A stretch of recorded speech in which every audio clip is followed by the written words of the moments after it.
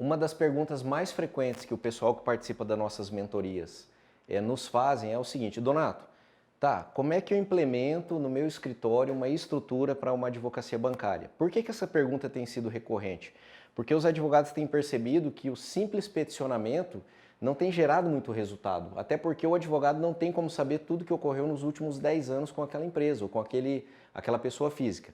Então, como é que nós temos estruturado nosso escritório e espalhado pelo Brasil para prestar esse tipo de serviço? Funciona assim, ó. Nós trabalhamos com coleta de dados. Em que sentido? Tá? Antes de qualquer ação judicial, nós coletamos toda a documentação, ainda que não venha 100% dela, os extratos são entregues, às vezes falta ficha gráfica de operações, às vezes falta um outro contrato, mas se você tiver os extratos em suas mãos e uma equipe de auditores, é possível sim desenvolver uma auditoria e, inclusive, demonstrar quais são os documentos imprescindíveis para a conclusão do trabalho, para que você possa trabalhar lá na questão da jurídico aqui, ó. Já vou passar para cá, sobre a exibição incidental.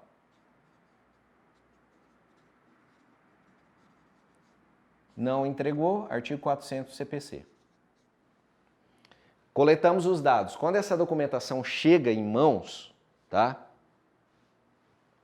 Nós mandamos para um setor que vai fazer os filtros. É o primeiro passo para que eu já possa criar um relacionamento com o cliente, dizendo para ele: olha, Donato, ao filtrar os teus extratos, já encontramos algumas questões que nos dão subsídio para uma ação judicial, em números e em teses naquele caso.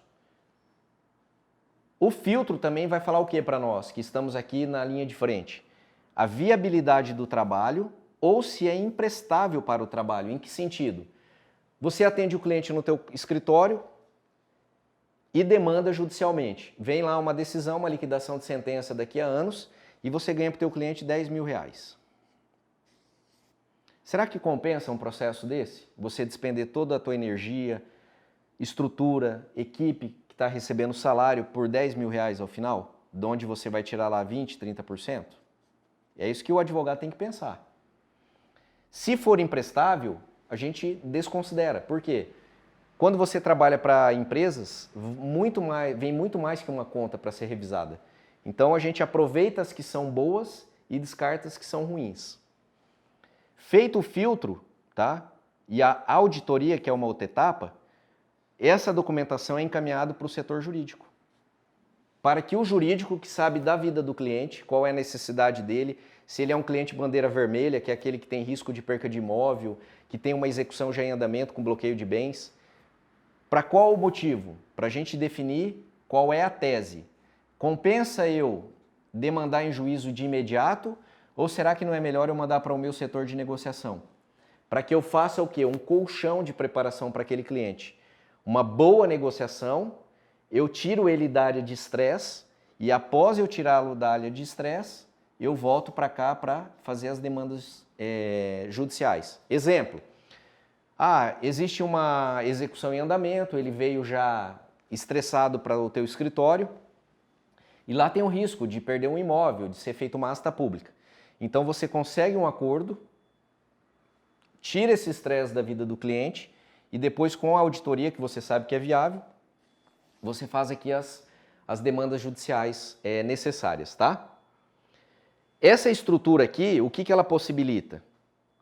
Qual é a diferença que uma estrutura dessa traz para um advogado em detrimento de ações judiciais, como prestação de contas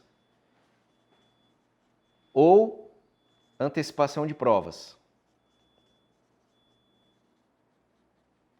Primeiro, prestação de contas já caiu em 2018, ela pode sim ser demandada, mas ela não serve mais para revisão de juros. E leva muito tempo para isso aqui acabar. A antecipação de provas, que é uma ação própria do CPC, ela vai te possibilitar conseguir documentos? Acredito que sim. Mas, enquanto isso aqui corre, se você souber coletar dados, fazer auditoria e já elaborar estratégia, nisso aqui você possivelmente já vai ter uma sentença, ainda que parcial, tá? Dependendo daquilo que você arrisca discutir, enquanto você ainda vai estar tentando coletar documentos aqui, ó. Esse tipo de processo é muito mais célere, muito mais rentável para você como advogado. E se é muito mais célere e muito mais rentável, cria dentro da tua carteira de clientes muito mais pessoas trabalhando em teu favor dentro da cidade em que você opera, para dizer que você realmente fez uma boa ação, o resultado que você alcançou, enquanto às vezes o teu concorrente ou o teu colega de trabalho ainda nem conseguiu acessar documento por esse mecanismo, tá bom?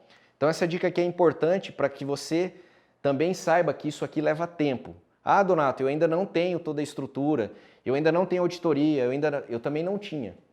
Quando eu comecei, para você entender, eu comecei a secretária e a minha esposa, que foi o meu alicerce na época, que vinha me dar auxílio dentro do escritório, fazer uma limpeza, um café para me auxiliar, porque eu ainda não tinha nada disso.